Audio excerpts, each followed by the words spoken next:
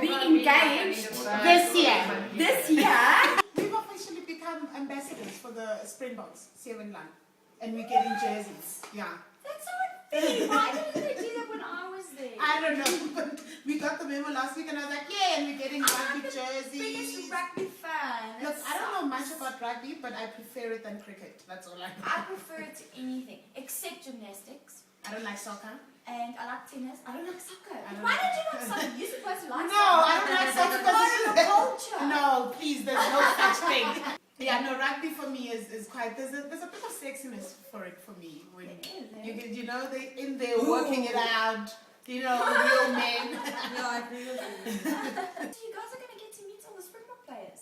Yeah, well, that's what they say. I'm going to go back to Sierra Just for the rugby jerseys. Yes, and to meet the players. Okay. See this ring? It must be here. It must be there. Isn't your ring finger itchy? It's itchy. I think it's about to fall off, actually. Yeah, That's what I you think. better ask you. Well, cheers on that, my friend. Cheers to life, my life. It's so nice to have you. Thank you.